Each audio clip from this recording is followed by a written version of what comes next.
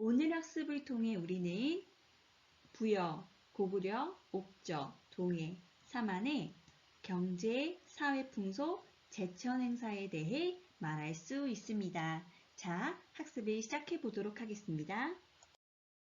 철기시대의 나라의 위치, 정치는 지난 시간에 이미 살펴봤지요. 오늘 학습을 마치면 철기시대의 여러 나라 표를 완성하실 수 있습니다.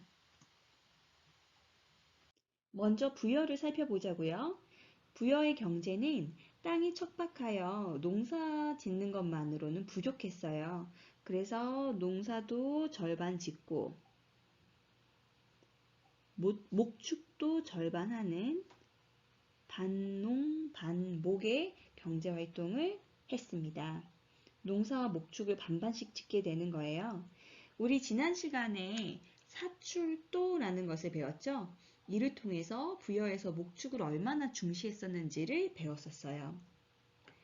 네, 그 다음에 부여에는 순장이라고 하는 사회 풍습이 있는데 조금 무시무시한 장례 풍습이에요. 주인이 죽으면 종들도 함께 땅에 묻어버리는 거예요. 어떤 때는 한 귀족의 무덤에 100명의 종을 같이 묻히는 일도 있었다고 합니다. 모두 귀족들의 욕심에서 나온 풍습이라고 보여지는데 죽어서까지 귀족처럼 종을 부리면서 살려고 하는 그런 믿음 때문에 이런 풍습이 생겨난 것 같아요. 부여에 제천 행사가 있었습니다. 제천 행사라는 것은 하늘에 제사를 드리는 행사인데요. 나라의 명절 또는 축제라고 보면 돼요. 백성들이 매우 기뻐했고 아주 성대하게 열립니다. 제사가 끝나면 음식과 술을 백성들에게 나눠줬고 맛있는 음식을 배불리 먹은 백성들은 여기저기 모여서 노래와 춤을 추는 거죠. 부여의 제천 행사에는 뭐가 있었냐면 영고라고 하는 제천 행사가 있었습니다. 영고의 고자는 북고자예요. 이렇게 둥둥둥 치는 북이요. 환영하는 거예요. 막 환영하면서 둥둥둥둥 하늘에 제사를 드렸습니다. 제천 행사의 느낌이 오죠? 앞으로 살펴보겠지만 다른 나라의 제사들은 보통 10월에 많이 열렸어요. 그런데 부여에서는 12월에 열립니다. 목축사회라서 그래요. 겨울에 동물들이 추워서 도망 못 가니까 사냥하기 좋은 때라 그렇죠. 자, 다음으로 고구려를 한번 살펴볼게요. 고구려는 산악지대에 터를 잡아서 농사 지을 땅이 많이 없었어요. 그래서 깡패가 되기로 결심합니다. 고구려의 경제 형태는 약탈 경제예요.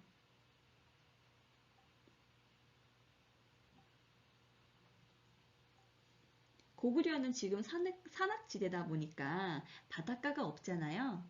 소금이 많이 부족해요. 그럼 어디서 나? 옥저와 동해한테 소금 내놔. 이런 식으로.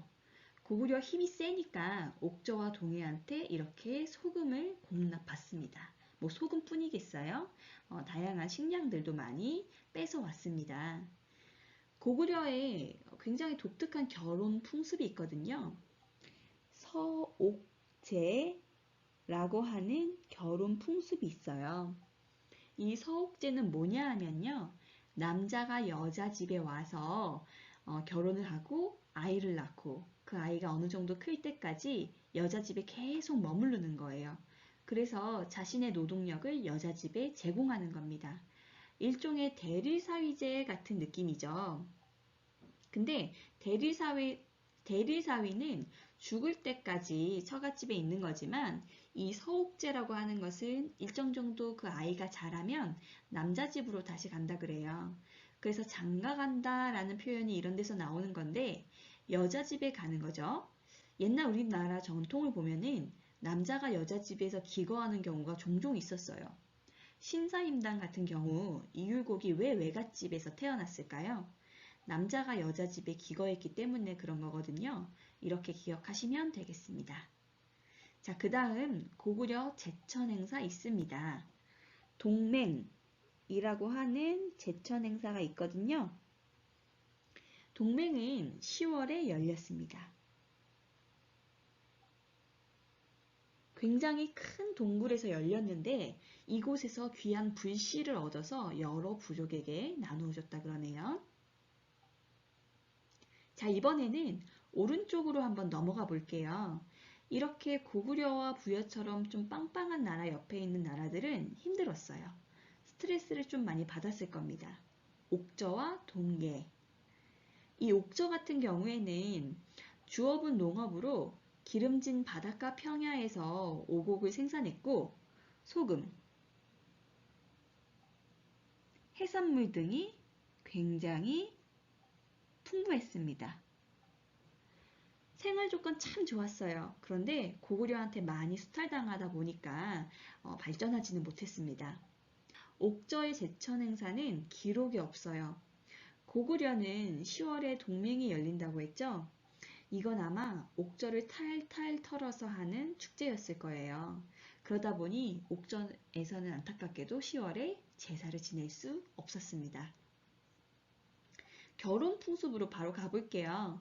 옥저는 고구려와 비슷해요. 음식, 옷, 예절 등 생활 풍습이 매우 비슷했어요.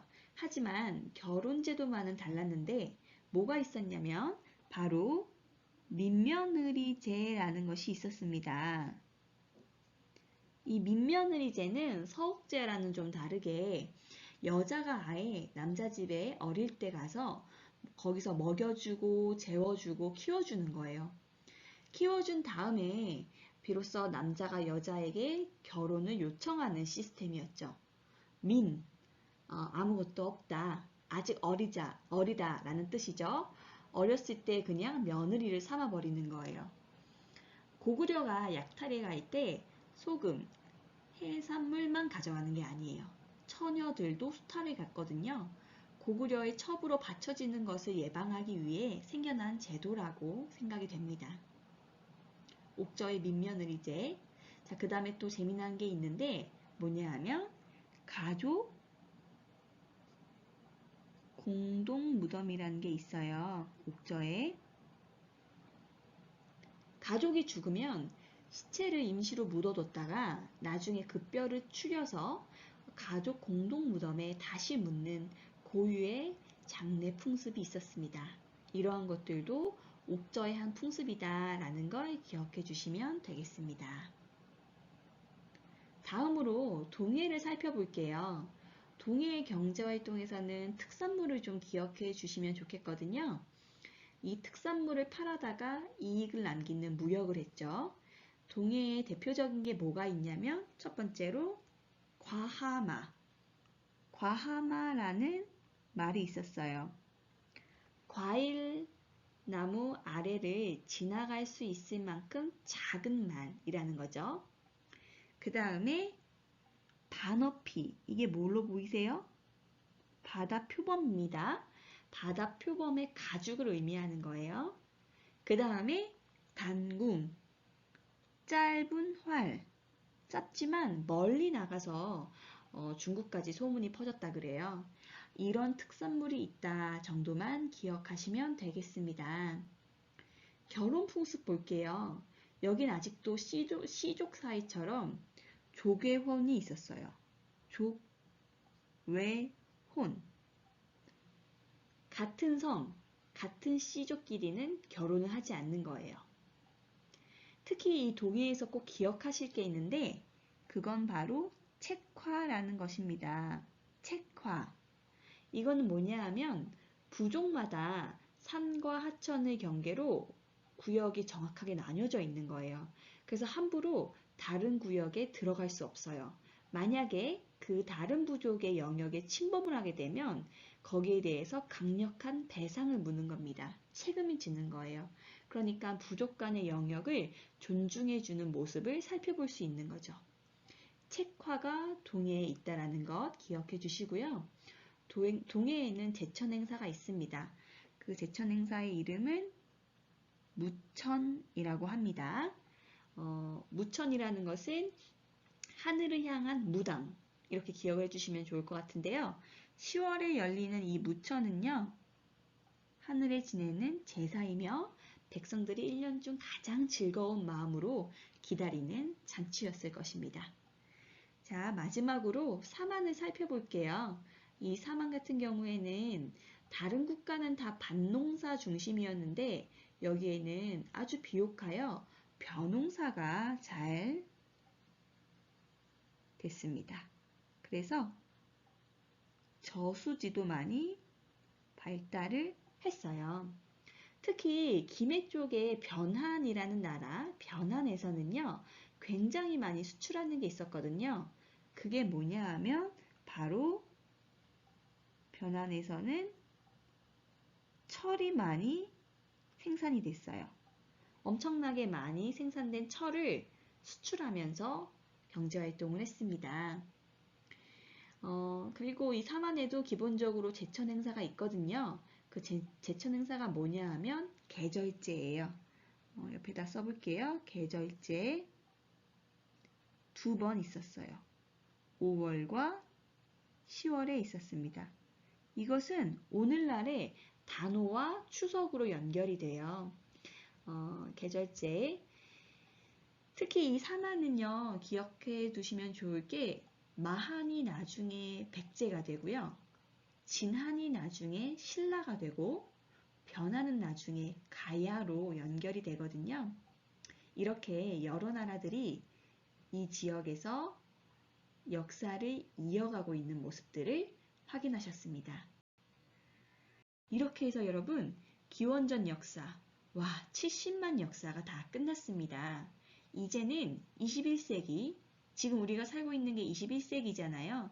이제 기원 후 약 2000년, 2000년의 역사를 다음 시간부터 배워보도록 하겠습니다.